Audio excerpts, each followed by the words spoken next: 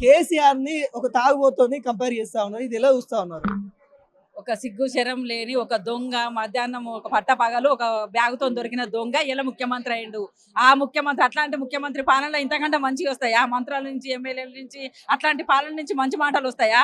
ఒక తెలంగాణ రాష్ట్రాన్ని సాధించిన ఒక తెలంగాణ ప్రదాత మా తొలి ముఖ్యమంత్రి గౌరవ కేసీఆర్ గారు. మా ఈ జన్మదినోత్సవం సందర్భంగా మా కేసీఆర్ గారు 100 సంవత్సరాలు నిండు నూరేళ్ళు ఆయుర ఆరోగ్యాలతో మంచిగా ఉండాలని ఆ దేవుళ్ళందరినీ కూడా ప్రార్థిస్తున్నా.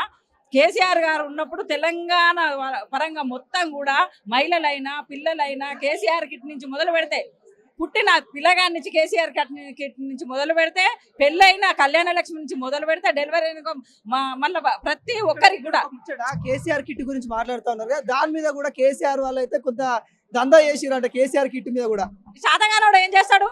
శాతగాని లెక్కలు ఇవన్నీ వాడికి ఇవ్వడానికి సరిపోతలేదు.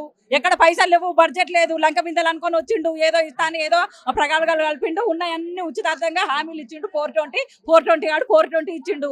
అవన్నీ లేక ఏమన్నా ఏం చెప్పాలి ఏం చేయాలని చెప్పక అది అందులో ఉన్నది ఇది ఉన్నదని రోజు ఒకటి ఆ టీవీలలో ఉన్న పైసలు ఇచ్చి పెట్టిన టీవీలలో ఆ యూట్యూబ్లలో వాళ్ళకున్న యూట్యూబ్లలో మొత్తుకుంటాడు తప్ప అంతకంటే ఏం లేదు. కేసీఆర్ గారు రావాలని ఒక సంవత్సరానికే ఇలా తెలంగాణ రాష్ట్ర మొత్తం వ్యాప్తంగా కూడా ప్రజలందరూ కోరుకుంటున్నారు. సారు ఒకసారి నిన్ను చూడాలి, సారు నువ్వే రావాలి, సారు మీరు ఉండగా ఎట్లుండే అని. ఇక్కడ ఆటో రిక్షా నుంచి సైకిల్ దొక్కల నుంచి చిన్న పిల్లల నుంచి ముసలోళ్ళ దాకా ప్రతి ఫీల్డ్లో మహిళలు ముసలోళ్ళు యూత్ ప్రతి ఒక్కరు ఇవాళ మళ్ళీ కేసీఆర్ కావాలి, కేసీఆర్ గారు రాజ్యం రావాలని కోరుకుంటున్నారు. ఇంకోటి ఇందిరమ్మ రాజ్యంలో కవితక్క లిక్కర్ స్కామ్ లో ఉండడము ఒక సిగ్గుచేటు అన్నట్టుగా మాట్లాడుతున్న తీరును చూస్తా ఉన్నా. 5 ఏళ్ళ చూస్తా ఉన్నారు. వాళ్ళు చూసిండ్రా? అక్కడ ఏమన్నా అయిందా? ఒక్క సాక్ష్యం కూడా దొరికిందా? ఈ సిగ్గులైన ముఖాలు ఒక్క సాక్ష్యం అన్న దొరకబట్టినరా? కవిత గారు లిక్కర్ ఉన్నది లిక్కర్ దొరికిండ్రు అనుడే గానీ ఇప్పుడు అన్న దొరికిండ్రు చాలా మంది ఉన్నారు.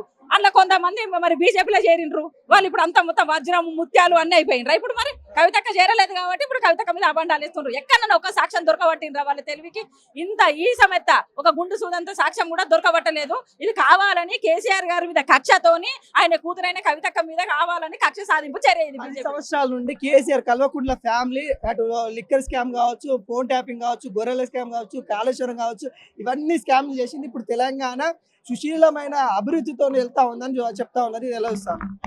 అసలు స్కామ్ ఇప్పుడు జరుగుతుంది.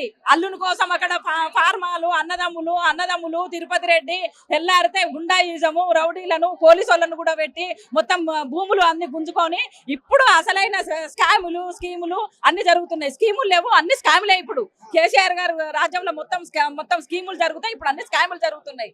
మొత్తం తెలంగాణ మొత్తం దోసుకోవడానికి వచ్చిన ఒక ఏంది అది మన అనముల కుటుంబానికి ఇక్కడ రాసి పెడదాం అనుకుంటుండు రేవంత్ రెడ్డి. కేసీఆర్ బయటికి రావట్లేదు, బయటికి మేము బోన్ వేసి ఆయన బంధించి మళ్ళీ జైల్లో పెడతామని చెప్తా ఉన్నారు కదా. అరే బోన్ వేయడానికి ఆయన ఏమన్నా చీమనా ఇంకేమన్నా నక్కనా? రేవంత్ రెడ్డి ఆయన టైగర్.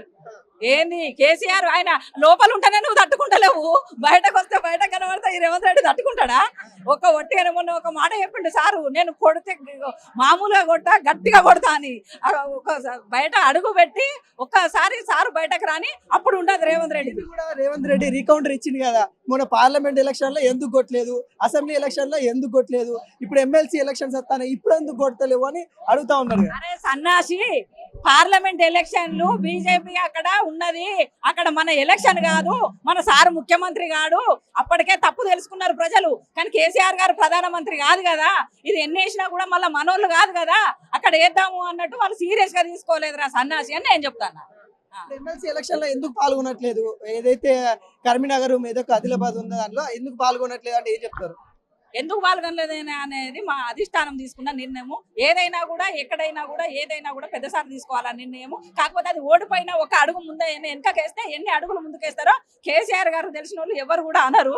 కాబట్టి దేనికైనా కూడా సార్ ఆలోచించేస్తారని మేము అనుకుంటున్నాం. సర్పంచ్ ఎలక్షన్లలో మహిళలంతా మాకే ఓట్లు వేయబోతా ఉన్నారు. ఎందుకంటే అందరినీ లక్షాధికారులను చేసినా నేను మరి మాకే ఓట్లు వేస్తారు. మరి ఇప్పుడు కూడా మళ్ళీ బీఆర్ఎస్ ఫామ్ హౌస్ లో ఉన్నాడు, ఇంకా ఫామ్ హౌస్ కే పరిమితం అయిపోతారని చెప్తా ఉన్నారు కదా. ఎందుకు వేస్తారట సన్నాసికి? ఎందుకు వేస్తాడు? ఆడపిల్లలకు మాట ఇచ్చి 2500 ఇస్తా అన్నాడు, 2500 ఇవ్వలే. ముసలమ్మకు 4000 ఇస్తా అన్నాడు, 400 ఇవ్వలేదు. పెళ్ళయ్యే బిడ్డలకు తులం బంగారం 1,00,000తో పాటు ఇస్తా అన్నాడు, ఇవ్వలేదు.